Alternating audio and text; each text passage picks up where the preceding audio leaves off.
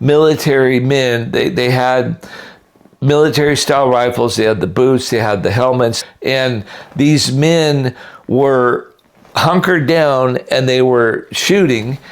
Hey, it's Larry. Welcome to Stewarding the Wealth Transfer. I hope you're having a great day. I want to talk about a dream I had over 4 years ago, along with somebody else's dream, because they both became so relevant to what's going on in America right now, and really the kind of summer that we're going to have, because things are heating up, and I believe that God is ready to do amazing things. I think it's going to be so exciting as believers and as participants in the wealth transfer, and I want to introduce you to somebody. Hi, everyone. I'm Leah Harrison, MoneyWise Mom. And I want to invite you to join me on a financial transformation. And so let me just jump right on in. This happened right before the 2020 election. I saw a hand with a pitcher, a glass pitcher, like a waitress would have when they fill your water cups up at a restaurant. And she began to pour this paint, this red paint, there was a map on the table. And instead of a regular plate, it was like a huge plate the size of a school desk, and it went up on the edge just like a plate, just a little bit. And so this hand was pouring this red tempera paint, like cheerleaders at a high school football game would make those signs. And the paint, I knew where it went. It represented, the thicker it was and the whiter it was, the more it represented Donald Trump winning. And she started pouring over Michigan. And I knew that this meant that Donald Trump in 2020 was going to win Michigan. And you might go, well, Larry, what in the world does that have to do with right now? Well, it does. And you're going to see it. It's going to become a big deal. We're told things about history, but the way that we're told it isn't always the way that it is. So this hand was pouring this red tempera paint that started pouring across Michigan, and then it went across the water, and I'm not sure which Great Lake that was, but the states were not written out. I just knew that they were different shapes. It wasn't like a satellite image, it was a map, and it got thicker over Wisconsin. And then when it got to Minnesota, it was really getting thick. And then it went into the Dakotas, and it got even wider. And then it came down through Wyoming and Nebraska into Colorado, and it went into Colorado, but it was getting thinner by the time it went to Colorado. And what I knew that meant is that every one of those states were red states for Donald Trump. Not to enormous degrees necessarily, but there was plenty that he clearly was going to win the vote in those areas. And you might go, well, Larry, I know 2020 and he didn't win those. Yeah, well, that's the reason I think I had the dream, because I knew he was going to win the vote, but he didn't necessarily win the election. And I've never flinched on that. And a lot of people, and I'm not a prophet, but I have prophetic experiences. And I'm going to say that you're going to know and find out the reality. I mean, there's other people who've prophesied like this, maybe not specifically the way that I'm saying it, but what I'm saying from what I saw is that we are going to see that Michigan, Wisconsin, Minnesota, and Colorado all went for Trump. There's no doubt in my mind. And you might be going, well, why are you talking about that now, Larry? That's kind of crazy. Well, the dream didn't stop there. And the second part of the dream was really crazy, because what I saw was 6 military men in battle fatigues. They were in uniform. It wasn't a level of detail like it was a real person with me filming with my video camera. It was more like a high resolution video game, and they had dark colors on. It wasn't green, it was actually dark gray, and I couldn't see whether they were olive skinned or Asian or whatever, but these 6 military men, they had military style rifles, they had the boots, they had the helmets, they had, it wasn't camo, honestly, it was dark gray fatigues, and they were in a city park. And I knew in the context of the dream that they were representing battles that were going on. And I knew these battles were going on all across the country at over 100 different locations. And these men were hunkered down and they were shooting. And one at a time, I think the good guys took these guys out, and there were shots fired, and there were military rifles, and there was engagement. And, when you have that kind of dream in 2020, how could it be that military men are in the streets? And I knew these were enemy combatants. And I live by Portland, and so I've seen Antifa. I've seen them many times, honestly, but this wasn't Antifa. This was well beyond that. And so I really didn't know what to do with it. So one of the people I used to love to watch was Drew Wyatt, and he had a dream about military in the streets during the wealth transfer. I'm actually going to play it for you, and I'm going to reference it. But he essentially was in an office building, and he saw 3 different assets that were related to the wealth transfer. And he started with cash, and he went to silver, and then he went to crypto. He went downstairs, and there was military men out in the streets. So I'm in this room, and it's almost like I'm on the board for this company. We're sitting at a conference table, and there's about 10 of us or so. And then something happened to where we kind of scurried out of the meeting, and everyone gets up from the table, and they immediately go to their safe in the office. And in the safe, everyone is first grabbing cash, including myself. And we're grabbing like $10,000 stacks of cash. But you can only grab so much because we didn't have suitcases or anything. We're just sticking it in our pockets. So I grabbed a few of those, and then we were grabbing bars of silver. But again, you can only grab so much of that before it starts weighing you down. And then everybody was grabbing their ledgers, like a Ledger Nano, and in that order. So it was cash, silver, and then ledgers. And so we make our way out of the building, and now I'm by myself at this point. I'm getting out of the building in the streets. People are just running back and forth, crazy. It wasn't quite violent yet, but I saw a soldier on the ground, a couple soldiers, but one in particular, and I made eye contact with him. And I can't say if this is like U.S. soldier, Army, National Guard, NATO. I'm just going to say military. And they made eye contact, and then I just felt the urge, like I needed to start running, like I needed to get out of the city. I needed to get out of this area because something serious was happening. And then the soldiers started firing into the crowd, and I was just making my way through the city. And then it's like my dream paused, and it reset back to where I was in the conference room. But it was almost like it reset 15, 30 minutes earlier. And so I got up from the table first before everyone else. Everyone else in the conference room is normal. But it's like I had a heads up knowing what was happening. I go to the safe, and I grabbed cash first. Then I grabbed silver. And then I grabbed ledgers, like multiple ledgers, probably like 2 or 3 of them. And I get down to the bottom floor of this building, and I see that same soldier across the street, but he's smiling, he's happy. He's just kind of minding his business as well. And so I feel a sense of urgency. It's like, okay, I need to make progress. I need to get through the city. I need to get out of here. And so I'm getting through the city. All is well. I'm traveling.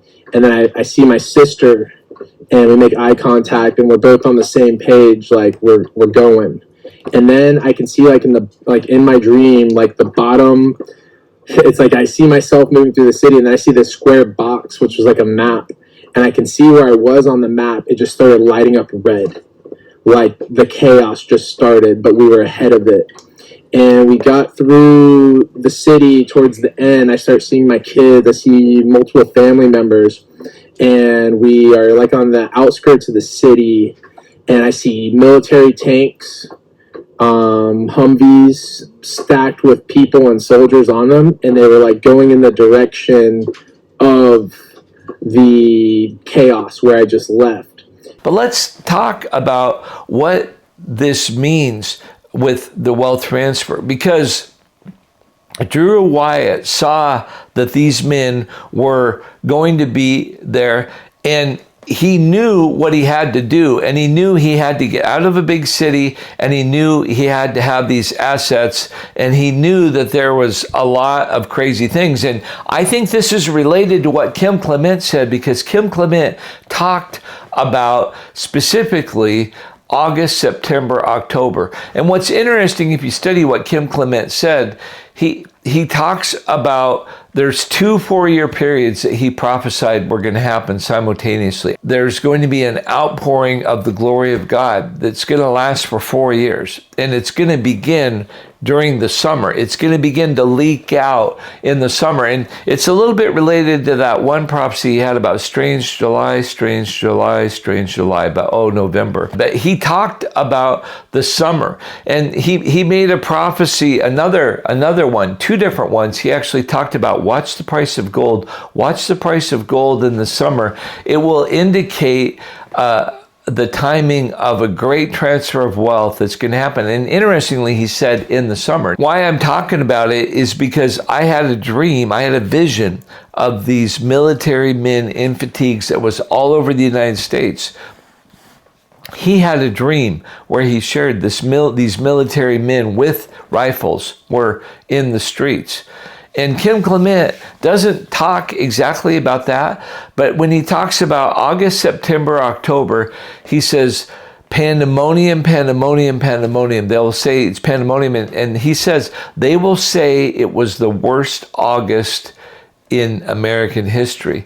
And you think about that, that's really a weird thing to say. And that's not obviously encouraging. One time he referenced 9/11 because it was, basically shortly after 9/11 that he made these prophecies about pandemonium in August. But he references that it actually intensifies, like August, September, October, it just intensifies. And then he talks other times about how the outpouring of God is going to begin. There's a trace of it in July, and it really begins to pour out in August, and then it intensifies in September and October. And then he talks about it just breaks wide open. And he says it happens on November 1st. That's the glory of God pouring out, and it begins a 4-year just outpouring of the glory of God. And I think it's super amazing because he also talks about the wealth transfer is going to last 4 years.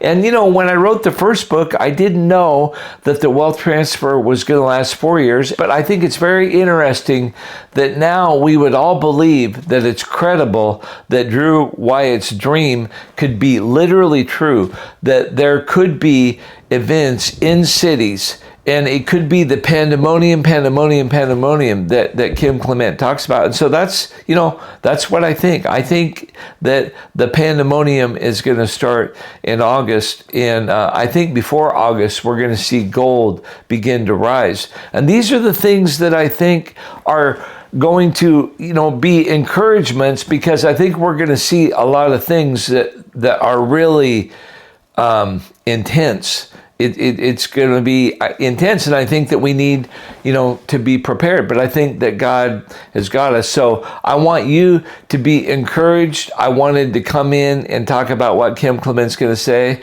At Ben Boot Camp, we were talking about destiny, and we were talking about how those of you who are going to be engaged in the wealth transfer, your affluence is going to be increasing so that you can have more influence. And some of you are called to media. And one of the people that went to Ben Boot Camp was Leah Harrison, and I want to introduce you to her right here. So I had a transformation in my own personal financial life, and I couldn't shake that thing inside me. I was like, God, why do I care so much if other people get to experience this?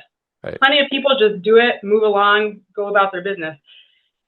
And when I sat with it, I realized that actually this was God revealing to me more of my calling and the purpose that I will have on this earth.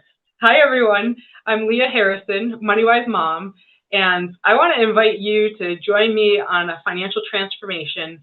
God literally pulled me out of a hot mess situation. I was a single, broke mom, and I completely had a turnaround in 3 years, and I'm living a life that I never thought I'd live because I invited God into my finances. And I want to teach you how to do that too. And if you are interested, you can jump on my website, moneywisemom.com, or hop into my YouTube channel, Money Wise Mom 111.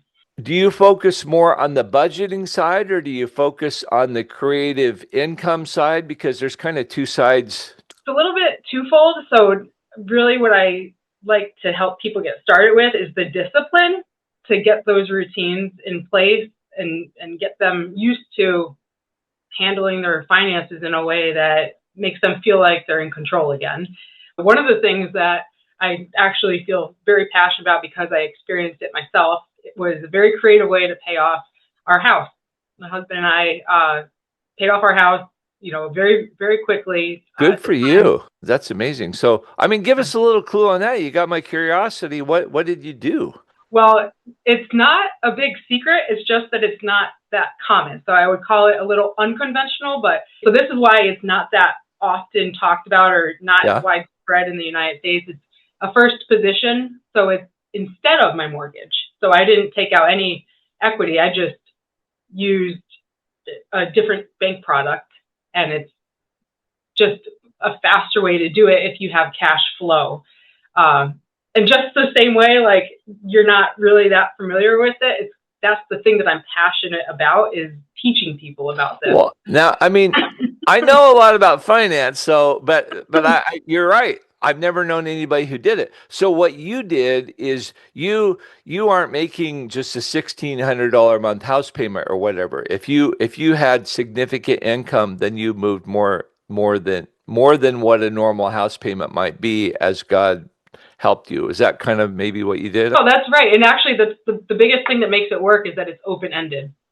They do it in other countries, like Australia is really well known for doing this. What are some of the things that you do to save money besides have creative ways of financing real estate?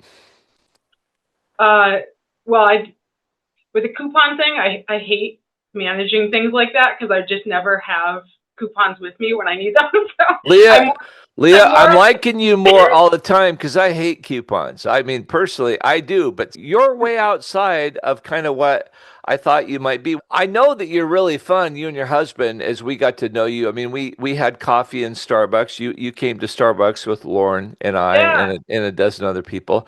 So I had a transformation in my own personal financial life, and I couldn't shake that thing inside me. I was like, God, why do I care so much if other people get to experience this? Right. Plenty of people just do it, move along, go about their business. And when I sat with it, I realized that actually this was God revealing to me more of my calling and the purpose that I will have on this earth. And what I realized in that soul searching was God planted a purpose on everybody's life. And every person has a different purpose. So the aha moment that I had was that getting out of debt to me at first was the finish line because I'd never done anything so big before. Right. But the aha moment was that is not the finish line. That is just the beginning to stepping into. I love it. More. And then I was sold in. I was like, okay, God, you showed me what I needed to see. And every single human being that's born, that's breathing, has a purpose that God wants them to fulfill. And our finances is one of the really big reasons that keep us from being brave enough or having courage or having, just options on the table. I'm sure that giving a tithe was part of this experience you had. Oh, that is the best question you could ask me because that is part of the testimony. And I'm glad you asked that because I was hoping that the topic would come up. So that actually was the driving desire that I had that actually hurt me that I couldn't at the time that I wanted to partner with God. And when I realized this is a joint venture with God when you're tithing, it's not because God needs your money. It's not because, the pastor needs your money. It's a trust fall with God saying, I want to partner with you on your mission on this earth, which is the greatest mission. And my journey, this is the coolest thing. This is what I love to share is when I started this in 2018, the first action I took was I cut my budget by 10% and I automated my tithing if you are out there and you can't help but think that there's got to be more to life than just waking up and paying your bills and living that rat race, then you've landed in the right spot. I invite you to join my YouTube channel at MoneyWiseMom111. Hop onto my website, moneywisemom.com. And what I really want to say to you is you were created with a bigger purpose than just waking up and paying the bills. God gave you time, he gave you talents, and he gave you treasure to live that fulfilling life. And that can start today. The thing that actually I will say is so memorable was, and I want anybody who's watching this to know this because it's so powerful, the confidence that came from saving my first $1,000 catapulted me because I had never, ever done that before. And the lie that I was believing was that I'm always just going to be a struggling single mom. And when I did that for the first time, it was contagious. And I said, well, if I can do that, what else can I do? And obviously with God's help, but the whole journey, paying off my house, everything like that, that was all awesome. But out of the whole journey, the thing that transformed my heart and made me believe that I could do it was that first $1,000. And that's the very beginning of the journey. And there's a lot of people who just have a hard time getting out of their head and thinking that life can be any different than what they've experienced so far. You have had the experience that God met a single person who doesn't have the perfect job, doesn't have the perfect life. There's a lot of things that are not going their way. Your channel could be an encouragement to somebody like that. Absolutely. That's specifically who I hope to reach, are the people who, are just trying to figure out how to do it in a practical way, not because of a windfall of money or because you make multiple six-figure incomes. This is for the everyday person who wants to step into more and they feel that there's more, but they just don't know how to get started. It would help so much if you could subscribe to her channel, and then as soon as you get on, like the video, and it even helps the algorithm if you would write a comment as well. And it'll really help her to grow this thing that I think God has got his hand on. My YouTube channel is at MoneyWiseMom111, 111 at the end, and my website is moneywisemom.com.